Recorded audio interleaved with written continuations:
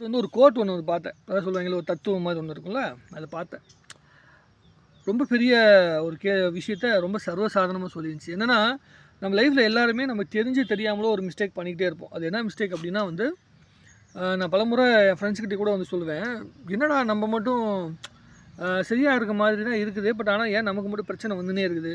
பண பிரச்சனையாக இருக்கட்டும், மன பிரச்சனையாக இருக்கட்டும், எல்லா பிரச்சனையும் நம்மளை தேடி ஏன் வந்துகிட்டே இருக்குது அப்படின்னு சொல்லி பார்த்தோன்னா, லைஃப்பில் வந்து ஒரு விஷயத்தை வந்து எல்லாருமே ஃபாலோ பண்ணிகிட்டே இருப்போம். என்னென்னா, யாரோ ஒருத்தவங்களை நம்பலாம். நம்பிட்டோன்னா அந்த நம்பிக்கையை வந்து அவங்க காப்பாற்றிடுவாங்க அப்படிங்கிற ஒரு நம்பிக்கையோடு நம்ம ஒரு வாழ்க்கையை வாழ்கிறோம்.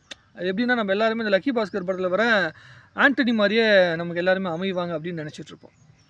அதாவது திடீர்னு ஒருத்தவங்க உள்ளே வருவாங்க. உள்ளே வந்து அவங்க வந்து நமக்கு ஜென்யூனாக இருப்பாங்க அப்படின்னு நம்ம வந்து நம்பிட்டுருப்போம். பட் ஆனால் அது அந்த மாதிரி எல்லா ரிலேஷன்ஷிப்பும் இருக்காது. நட்பில் இருக்கட்டும், எதாக இருந்தாலும் சரி அந்த மாதிரி இருக்காது. அதை நம்ம உணரவே மாட்டோம். அது வந்து சில டைம் என்ன ஆயிரும்னா, உணர்ந்தாலும் அதை வந்து சூழ்நிலைகள் வந்து நம்மளை அதை உணர்த்திட்டா கூட அதையும் தாண்டி அதை நம்பலாம் அப்படிங்கிற ஒரு மைண்ட் செட்டு நமக்கு வந்துனே இருக்கும்.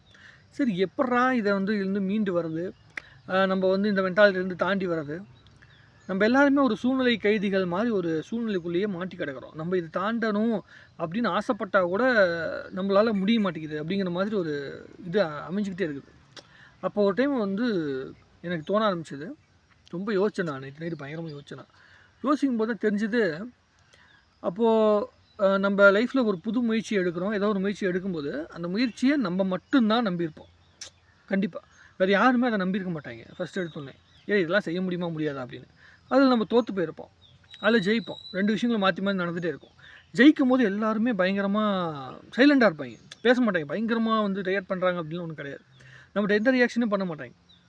பட் ஆனால் நீ தோற்றுட்டேன்னு வைங்களேன், கொஞ்சம் தோல்வி டைமு, ஒரு லோ டைம் அப்படின்னு வரும்போது எல்லாருமே பேசுகிற விஷயங்கள் வந்து நமக்கு ஒரு நெகட்டிவான ஒரு இம்பேக்ட் உருவாக்குற மாதிரி இருக்கும். ஏன்னா நான் பாசிட்டிவாக இருக்கும்போதெல்லாம் நல்லா தானே இருந்தீங்க. நான் ஒரு நல்ல ஒரு சூழ்நிலைக்குள்ளே இருக்கும்போது எல்லாருமே ஜாலியாக நல்லா தானே இருந்தீங்க. எவனுமே பேசவே வரலையே.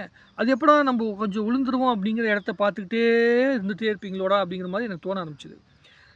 தலைவர் சொல்லுவார், ஒரு ரஜினி சார், எப்படா விழுவான்னு சொல்லி இந்த உலகம் பார்த்துக்கிட்டே இருக்குது அப்படின்னு சொல்லி வந்து ஒரு டைலாக் ஒன்று வரும். சிவாஜி சார் டைலாக் அப்படின்னு நினைக்கிறேன். அது நடக்காதுடி, அதான் நடக்காதுங்கிற மாதிரி அந்த கௌரவம் படத்தில் வர டைலாக்னு நினைக்கிறேன். ஸோ அந்த மாதிரி ஒரு இடத்துல நம்ம இருந்துக்கிறோம். என்னதான் நம்மளை போட்டு அமுக்கி உருட்டி பிரட்டினாலும், கீழே விழுந்தாலும் நம்ம தான் எந்திரிச்சு வரணும். யாரும் நம்ம எந்திரிச்சு வர விட மாட்டாங்க. கன்ஃபார்மாக எல்லா நேரமும் நம்மக்கிட்ட வந்து எல்லாருமே நம்மளுடைய ட்ரஸ்ட்டை காப்பாற்றிட்டே இருப்பாங்க அப்படின்னு சொல்லி வந்து நம்ம நம்பவே கூடாது. நம்மளுடைய மனசுக்கு எது சரியோ அதை தான் பண்ணணுங்கிறத மட்டும் தெரிஞ்சுக்கணும்னு நினைக்கிறேன்.